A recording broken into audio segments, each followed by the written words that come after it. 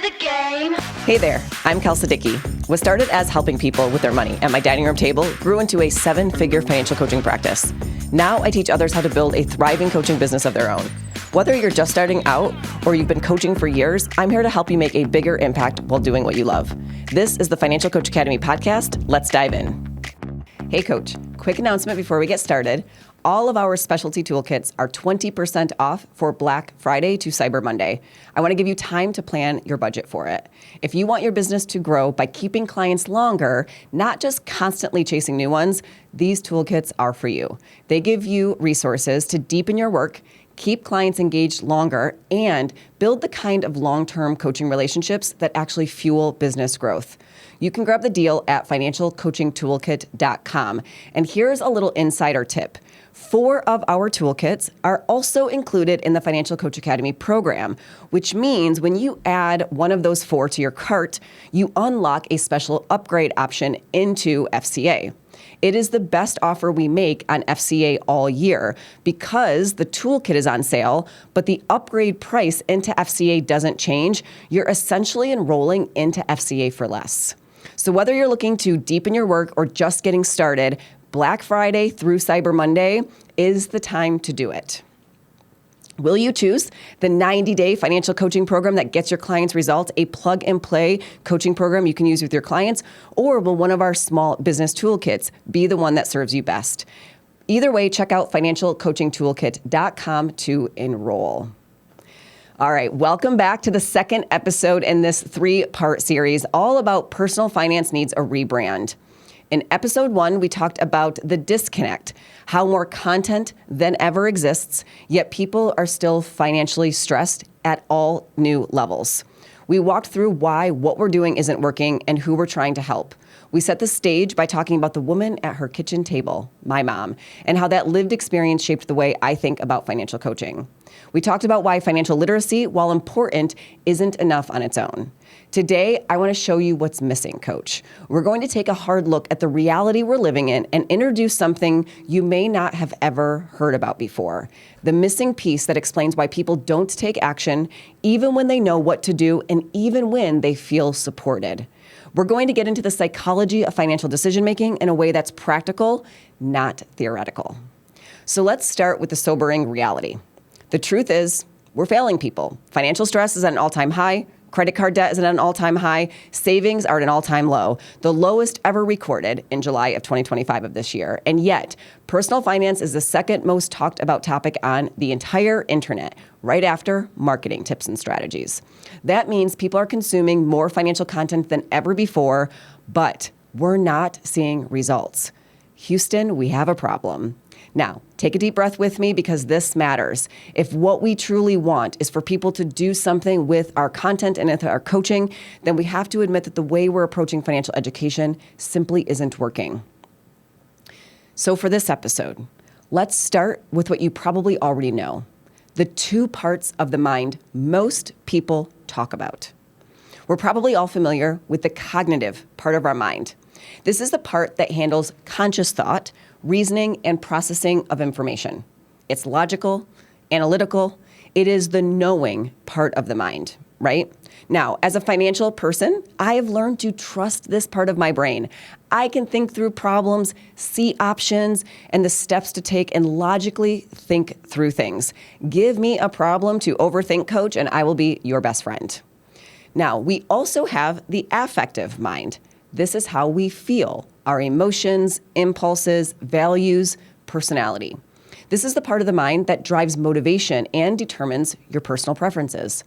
And we are finally seeing this get more attention in the personal finance space, which is great. That was one of my original missions a long time ago, to embrace the emotional side of money and stop shaming people into financial change. Now, these 2 parts of the mind, cognitive and affective, are constantly interacting. Someone might know they should save money, cognitive, right? But feel the urge to spend because it brings temporary joy, affective. And like I was saying in the last episode, I used to think that if someone knew better, cognitive, and if they felt better, either because they now have clarity and know what to do, or because they feel supported because they have their coach there to guide them, affective, that they would take action and see results.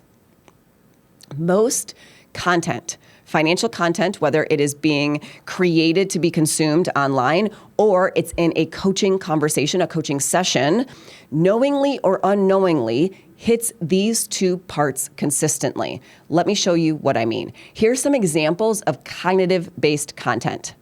How to calculate your net worth step by step. That is purely a reasoning and math exercise. 5 ways to optimize your credit score. That's understanding a system and rules. Roth IRA versus traditional IRA. That is a knowledge-based comparison, right? Now, here's some examples of affective-based content. How to align your spending with your values. That is emotional and identity-driven. Money personality quizzes. I have one of these on my website myself. This is something that asks about personal preferences in order to point somebody in the right direction. And then another example is anything about overcoming shame, guilt, or fear around money. These are addressing emotional barriers, right? And I'm assuming that a number of these examples that I just gave sound familiar, maybe even like your own content or advice that you talk with clients about. And nothing is wrong with any of this. This isn't a stop what you're doing message. This is a keep doing what you're doing, but we need to add what's missing to it. So let's talk about the missing piece. What if I told you that there's a third part of the mind, and it is the one that determines whether people actually do something with what you teach? It's the one that determines whether change happens at all. If cognitive is thinking and affective is feeling, then conative is doing. Here's where the conative mind comes in. Let's say your boss or your parent came to you and they gave you a specific outcome or result that they wanted, and they said, here's what I need, here's what I want. Feel free to solve this problem or create that result in any way you want. Go about doing it however you want, whatever will feel right and best to you. Your conative mind is your approach to getting that thing done. It is the way you take action. It is the way you naturally problem solve. Here's one of the coolest parts about the conative mind, in my opinion. Whereas you can grow your cognitive mind, so you can gain more knowledge or you can acquire financial literacy, right? Like we can expand our understanding of something. And you can shift your affective mind. It can expand or retract, right? Like our feelings change. We can better understand our own preferences on things. We can learn how to better process our emotions. Our personality changes throughout our life.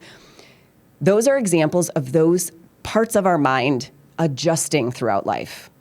There was a 20-year validity study done on the conative mind, and it showed that over a person's life during that 20-year time span, their conative mind did not significantly change. The conative mind is what drives action, follow through, and problem solving. It reflects each of our natural approach to getting things done. It is literally the part of the mind that determines the application of knowledge, the application of your amazing guidance out there, coach, that what you are sharing with clients. It is dependent on whether or not you are satisfying a person's conative mind. And it doesn't change. It is instinctive in each of us. The conative mind is how people take action, and yet we are oftentimes leaving it out entirely, or what I actually see most often is that what we're delivering, the guidance and the content we're delivering, is based on our conative minds and not our audiences or our clients.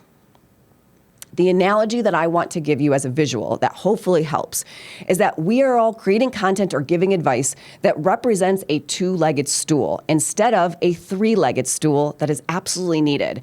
By incorporating the conative mind into what we're doing, you're giving people the strongest and most solid foundation for change. Now, I want to show you why this matters. If you've been a listener of this podcast for a while, then you know I run 2 sides of my business. The first is a boutique, high-touch financial coaching practice, working with people one-to-one, oftentimes weekly when they first start. We have helped close to 1,100 people. 99% of them reported less financial stress since working with us. And those individuals, while working with us, have paid off $38 million in debt, and they've saved over $112 million. Again, just while working with us. pretty incredible results. And I can point to these results and feel really good knowing that I am helping people, that the work I am doing matters, and that it's meaningful to people. And it's also not good enough for me personally. It is not impactful enough. I want more people creating those same results with their people in order for me to personally feel really good about the work I'm doing. And that is why I also have a training company, the Financial Coach Academy, where I mentor financial professionals, coaches, advisors, CPAs, bookkeepers. We have helped over 700 professionals who have gone through our programs to help them create businesses and do the work that I love that actually gets people great results. So I have this really unique insight into the clients we're trying to help every day and the practitioners who are doing the work to help them. And not only have we gathered data on how each segment instinctively takes action, but I've seen patterns unfold that are quite fascinating. In other words, I've seen patterns in how each group is taking action naturally. Let me walk you through what I found.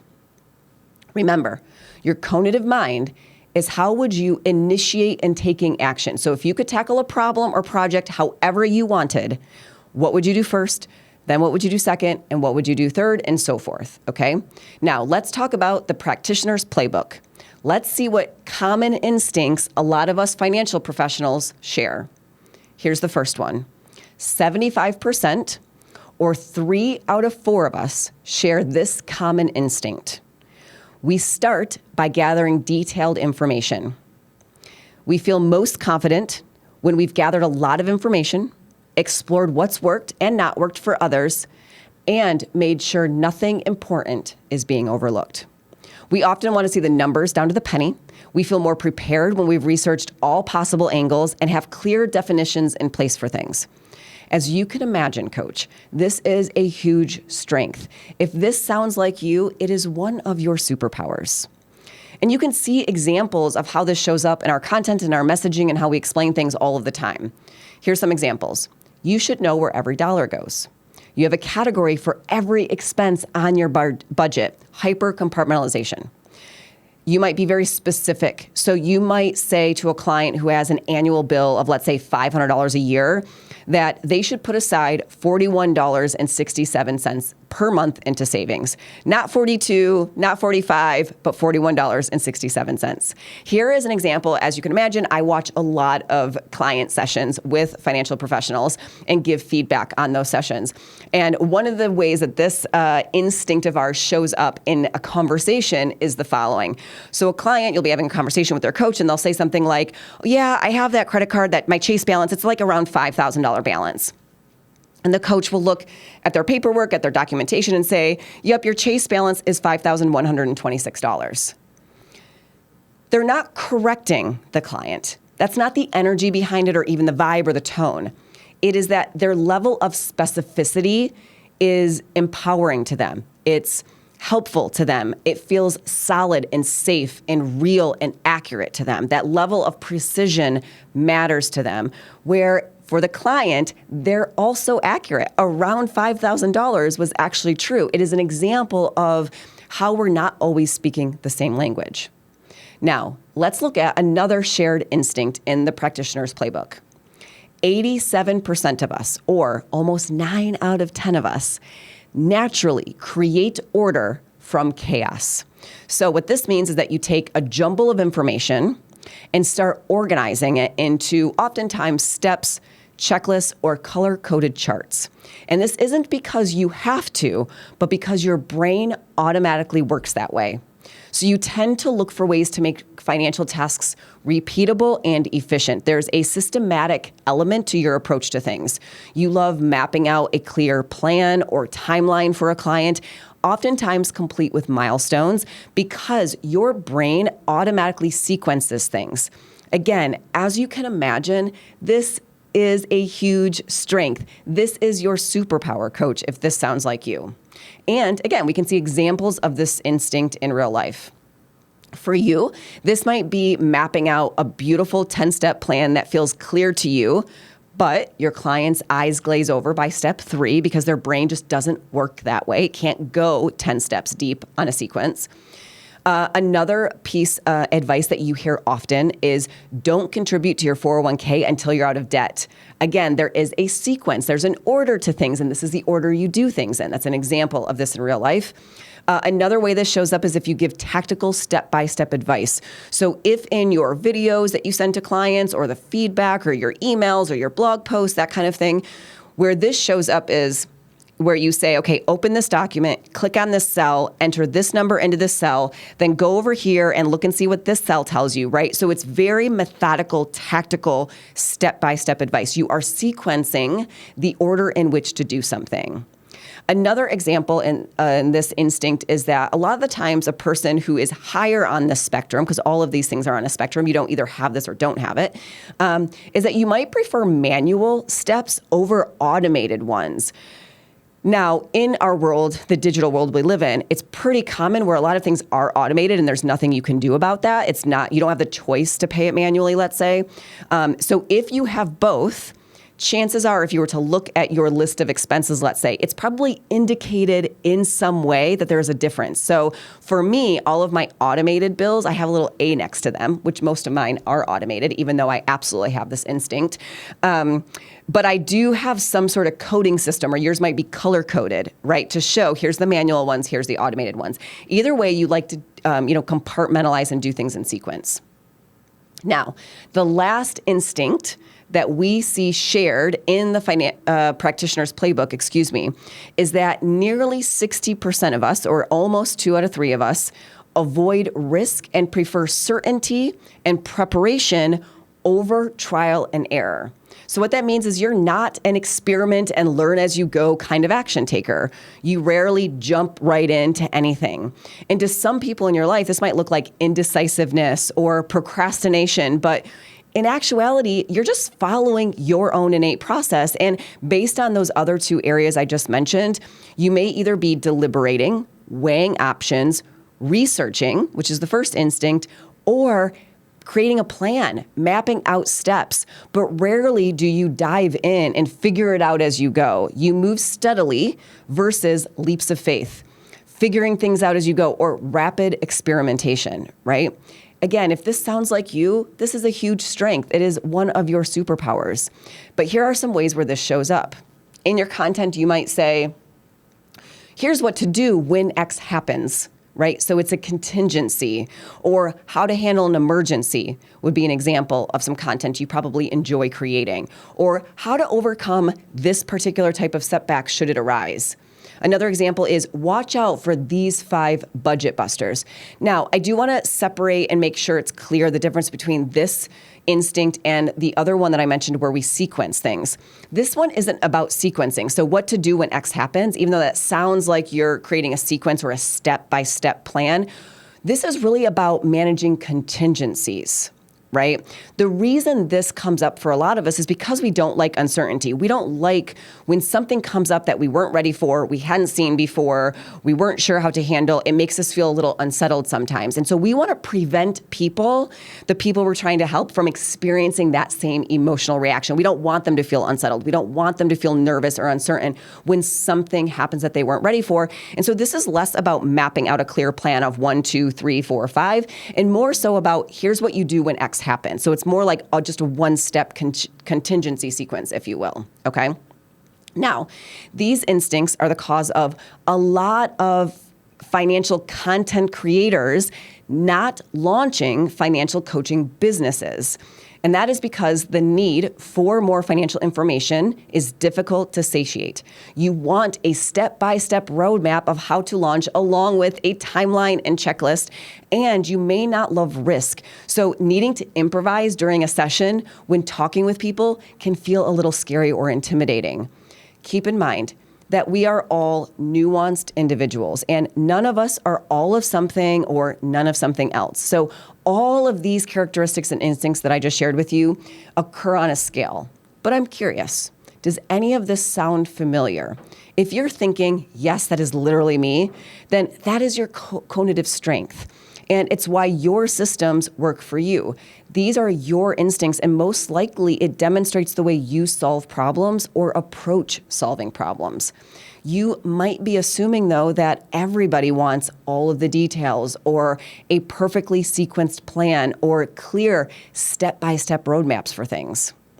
But let's look at the people that we're trying to help. Here's the data behind the everyday client's instincts that we've been able to map in my boutique business. Among everyday clients, instead of 75% of financial professionals who want to dive into the details or source a lot of information, only 20% of our clients, or 1 in 5, want all of the details up front. So it went from 3 out of 4 financial professionals to only 1 in 5 clients that have this instinct. Here's the next one. Instead of 87% of us who like to map out a plan, only 20% of clients want a step-by-step plan. So from almost 9 out of 10 professionals sharing this instinct to 1 out of 5 everyday folks, a significant difference. And instead of 60% of us wanting to take a measured, non-risky approach to solving problems, only 20% of clients worry about having contingencies mapped out before starting. So we go from 2 out of 3 financial professionals do not dive in order to learn, whereas 4 out of 5 clients prefer to learn by doing. They want variety. They need variety. They get bored with repetition. One thing I say, and I know a lot of financial professionals say, is if it ain't broke, don't fix it. How many of you have said that? Whereas our clients are like, I don't care if it's broke. Let's change it up. Let's mix things up a little bit. Their saying would probably be more something like, risk is the spice of life, right? In fact, here's one thing to try. If you have a retention problem, if you struggle with clients completing your program or fizzling out, losing motivation, maybe they start off strong, but then you tend to lose them and you're not sure why. I want you to start asking if they're bored. That is it. In a coaching session, just say, are you having fun or are you feeling a little bored? Chances are they're bored. The answer is yes.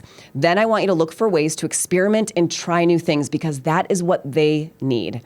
Now, I don't want you walking away believing that your way of taking action is wrong, coach. That is not the point at all, and neither are your clients wrong. They're just different. And honoring that difference is where coaching lives.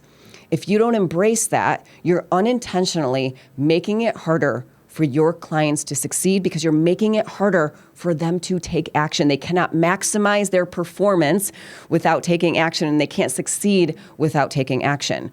This mismatch, the instinct gap, I call it, the disconnect between the natural approach to financial challenges that we have as financially minded people and the natural approach to those same challenges that the people we're trying to help have. This is what we must solve. This is where we need to bridge the gap. Your practitioner's playbook often clashes with your client's instincts, and that is the instinct gap.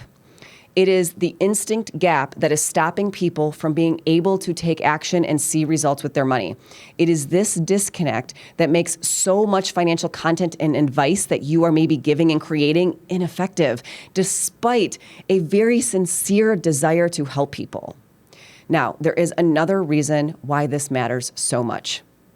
The examples of the messaging I shared, messaging that represents how we best take action, it is impacting the way people see financial professionals, and it impacts the way people see the role we play in their lives. Think about a parent or a coach or a boss who said to you, "Why are you doing it that way?" Or, "You're still researching that?" Or, "Why are you still mapping that out or researching that?" Or, "You haven't started yet? Just go figure it out." Maybe someone has said that to you. Jump in, it will be fine. And maybe you're thinking, "But I haven't figured it all out yet," or "I don't know enough yet," or "But I don't know what will happen though. I need more time," right? Imagine how that feels to be on the receiving end of those comments. That is that person's conative mind tackling the problem simply differently than yours.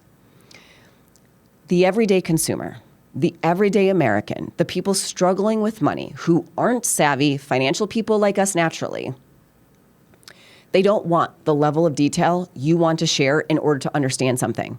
They don't want to track every penny in order to feel like they have a handle on where their money is going. They want to know that they can try something new and that you aren't going to be disappointed because they didn't follow the plan perfectly. And they want to learn by doing. And again, they are not wrong for feeling this way or wanting these things because it is 100% based on their conative mind. A conative mind that is very different from the majority of financial professionals. When our content or our coaching is created from the perspective of high detail sharing, high system building, like a step-by-step plan or an overly steady or measured approach, we're actually making it harder for our clients to take action. We are creating the instinct gap. We're overloading with information. Giving someone everything they need to know all at once might feel thorough to us, but for some people, it's overwhelming and paralyzing. We're over-structuring the plan. Mapping out every single step can feel like a checklist of ways to fail, which can leave clients hesitant to even start. That is something that our clients have shared with us. I want to really emphasize that phrasing. A checklist of steps, a step-by-step plan to our clients feels to them like a checklist of ways that they are simply going to fail. That's all that shows them, where, again, I don't know about you, but I love a plan. I love a step-by-step detailed plan, but our clients don't see it that way. We're also insisting oftentimes that there's only one right way. For people who prefer to learn by doing, this kills momentum and curiosity before they even begin. People worry that they have to show up as someone they are not when they hire a financial professional like us. They think they have to fit our mold in order to be good with money. All of this combines and contributes to people feeling like they'll never be good with money. But we can fix it, Coach. Together, I wholeheartedly believe that we can fix this, and I want you to believe this, that once you start honoring your client's natural way of taking action, you will see results shift, not because you taught more, but because you matched how they're wired. I want you to believe that you can totally bridge the instinct gap, and when you do, coaching gets easier. It becomes more enjoyable, and it will get your clients even better results than you're getting them now. I have spent the last 10 years studying this instinct gap, and next episode, we are going to pick up here. We're clear on the problem now, so let's get busy talking about solutions. Make sure you're subscribed to the podcast so you don't miss next week's episode. See you then, Coach. That's all for today. If you're ready to grow your own financial coaching business, head over to financialcoachacademy.com for helpful resources and tools. If this episode helped you, hit subscribe and leave us a review. I'll see you next week.